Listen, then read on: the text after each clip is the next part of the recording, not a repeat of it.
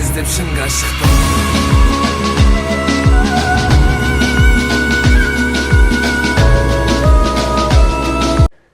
Ассалаумағалейкум достар, сіздермен Қазақ Орда каналы видеоны басып жатып, сіздерге ең біріншіден рахмет айтқым келіп отыр. Тек қолдауларыңызды өйстіп қолдап, дамытып, сіздердің арқаларыңызда енді еңбегімді бағалап жатсыздар, сондықтан да сіздерге көп рахмет. Енді біз бір кішігірім болсын жетістікке жеттік. Бұл 5000 подписчикке жеттік достар. Біз сіздердің арқаларыңызда енді тоқтамай бұйырса көптеген жетістікке жетуге енді тоқтамай еңбектену қажет. Сондықтан да қолдауды ұмытпаңыздар достар. Сондықтан да сол 5000-ға жеткізгенге орай сіздерден енді сұрайын деп отырмын. Мен енді білмеймін, FIFA 11-ден бір турнир деген сияқтыларға қатысып не болмасын не жасап көрген жоқпын. Сондықтан да идеяларыңызды қалай ойлайсыздар? Жасаған дұрыс па? Кішігірім ретінде қалай қолдайсыздар? Идеям бар, бірақ оны қалай толық бір келістіре алмайтындай болып тұрмын. Қалай дұрыс жасау керек па? Или командалар идеяларыңызды жазып кетіңіздерші, деймін, болды басқа. Қалай жасаған дұрыс деп ойлайсыздар? Комментарийін бәрін оқимын, қолдауларыңызға және де 5000 подписчикке бір құттықтап жіберсеңіздер болған достар. Бүгін бізде енді күнде пак ашып жатсың, анау демеңіздер достар. Енді FIFA-ның өзінде бір қызығушылығы сол пакпен болып тұр. Басқа ештеңе айта алмаймын. Событияның бәрі. Бүгін жаңа события шығады. Лига чемпионов, оның ішінде ол бір келге Лига чемпионов десек те болады. Және де ішіндегі бір конференция лигасы. Конференция лигасының өзінде бір топ ойыншы күтем деген ой болмасын достар. Өздеріңіз білесіздер, көп жүрген жандар бар шығар конференция лигасын. Бір әйтеуір бір көтеруге, бір сатуға ақша болмаса, ондай бір қатты события болмайтыны ол белгілі. Тек мына жерде жаңа ойыншылар шыққан, соларды шығарып қоямын. Неймарды айтуға болады, енді білмеймін, осы событияларды кездеспеген ойыншылардың бірі ғой. Енді Месси, Неймар, Роналдо сияқтылар шығып кетпесе, Еуропадан Роналдоны көріп өтпек болды. Солай достар, события енді білмеймін, бұйырса шығып жатса, оған да әзір жасайтын боламыз. Бізде бүгін кішігірім пактар ашатын болады. Мына жердегі ойыншылардан біз трансферный 250-ден енді қалып тұр, 2 пактан ашамыз. Бұл жерден де ешқандай ойыншы күтуге болмайды. Енді событияның бітуіне байланысты енді ашып әйтеуір жинаған пактарымыз болып жатса, соларды ашып тастауға тырысып жатырмыз. Қандай ойыншы болмасын, әйтеуір біреу түсер деген оймен бір келкі очко жиналған очколар бар. Премьер лиганы бізді аяқтады. Осылай Санчомен, Пикфордпен болатын еді. Бұл жерде Харри Кейн или Гюндаганға тіресіп алуға болатын еді 102 лет. Бірақ оған қатты бір не істеген жоқпыз. 180 очко жинаған екен, құртқан екенбіз бұл жерде. Бундеслига осындай. Бундеслигада біз тек көмірді алуға тырысқан сияқтымыз. Қалған енді 95-терден аяқтадым. Бұл жерде бланк алдым көмір ретінде. Бұл жерде 95-ке бір қызығушылық танытып отқан жоқпын. Керек емес, по-любому бұл келмады. Бұл жерде Стойчев бар. Стойчевті алуға болады бізге. Қазір бізде осының бәрін осыған құртайық. Енді басқа қазір Стойчевті алуға болады. Және де менде 2 лигадан құртпаған очколарым бар. Оларды да бір жұмсап жіберейін. По-любому сол ойыншыларды жұмсау керек. Және бірінші біз қазір күте тұрайық достар. Күте тұрыңыздар, бұл жерде мен ночта бір 10 очколы пак бар еді. Бұл жерде противостояние алу үшін. Мына жерде енді 92 плюсті көрек. Кім шығады? Бұл жерде енді жақсы мастер ойыншыларды күтуге болады. Кім ал? Көрек. Қандай енді? Қай елдікі? Норвегиялық дейді. Ал жақсы. Қорғаушы Сирус дейді. Ой, Маткисын 92 берді кәдімгі. Мынандай. Бұл жерде енді трам машина бар. Трам машинадан біз Келининді алуға тырысатын боламыз. Келинин сол аяқ ойыншы екен. Сол аяқтармен ойнайтын болса, білмеймін, бұл жерде жолымыз бола ма? Әйтеуір бір нелерді ашып көрек. Әйтеуір бір шығып қалар деген оймен 25 монета түскен екен, 250 монетаның ішіндегі. Бұл жердегі ойыншылар енді Келиниді білмеймін, бірақ әйтеуір составты тұрса болды бізге. Әйтеуір бірдеңеге жарап қалар, көтерілер, рыноктағы бағасы көтерілер, сатылып әйтеуір. бірақ ондай қатты көтерілмейтін ойыншылардың бірі. Көп алғаннан кейін алтауы қалды.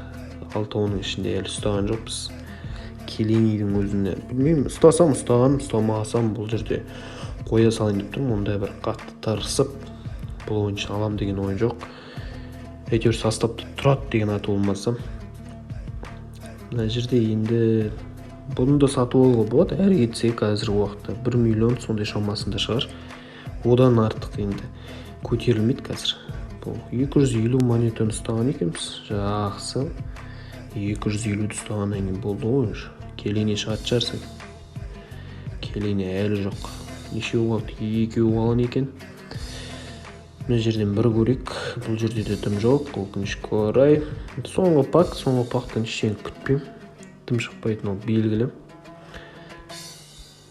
Бұл жерде усиление навык шығып кетеді ғой. Тек келене алған екен, өкінішке орай. Мына жерде ретро очколар бар. Ретро очколарды алатын боламыз. Және де Зартиске әлі 10 не жетпей қалған ғой. Мына жерде Минамино бар. Минаминоны алып алайық. Бірден корейс. Японец екен ғой. Корейс емес, япониялық ойыншы. Японец Монакоға ауысқан. Ливерпульге қарсы өте жақсы ойнаған еді осы ойыншы. 428 очко жинаған екенбіз. 428 очкодан біз енді 99-ды алатын болам. Бұл жерде қорғаушыға бір көзім түсіп отыр. Осы қорғаушы жақсы болып қалар, әйтеуір рыноктағы бағасы көтерілер деген оймен алып жатыр. Ондай қатты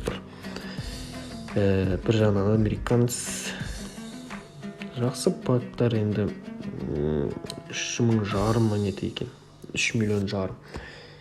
Енді бізде тағы бұл жерде противостоянияны аяқтатсақ, бірден қалай тоғылады. Бұл жердегі ойыншылар енді Стойчевке жете ма деген ой болып тұр менде. Стойчевке жетсе бірден алуға болады. Жақсы ойыншы, тем более көмеретіне мыңақ несі жетпей қалыпты тек. Бұл жерде қазір көреміз. Бізде серия А бар. Серия Ада Катузо бар. Катузо жете ма? Бұл жерде ешқандай ойыншы жетпейді сияқты. Катузо 29 очко алған екен тек. Мынаны басамыз. 500 очколарды құртыпсақ бірден. Мына жерде тым ойыншылар жоқ. Ешқандай бір нақты, былай айтқанда бір FIFA-дағыдай болмағаннан кейін бір жағы қиындау. Осындай очколарды жұмсап, әйтеуір бірдеңе қылуға тырыспасақ. Бұл жерде де тек өзіміздің составқа керек болар. Әйтеуір бірдеңесін жамар деген оймен алып жатырық. Бұның отыруда бір уақыт, сондықтан да сіздерге рахмет, өйстіп қолдау. Енді біз донат ойнағандықтан кейін осылай енді біздер енді донат салып бір ойнау әлі бұйырмай тұр. Донат салуға болатын еді, пактар алуға жақсы топ ойыншылар бар, білесіздер. Бәрін алдын ала алуға болатын еді. Елден бұрын алып әйтеуір бюджет сұрып қойсаң әйтеуір жақсы просмотр жинайды ғой бір жақсы. Бірақ өйтіп енді көп керек емес деп ойлаймын, сондықтан да қатты бір.